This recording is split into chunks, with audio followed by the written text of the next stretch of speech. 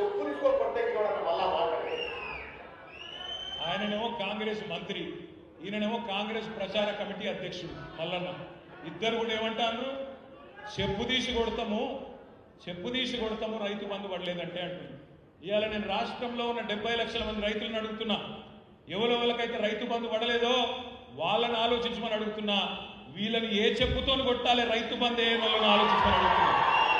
చెప్పుతోని కొడతారా, ఓటుతోని కొడతారా? తీసుకొని కొడతా అని చెప్పిన మాట కట్టుబడి ఉన్నా. ఎస్ ఉన్నా మీకు మాట్లాడే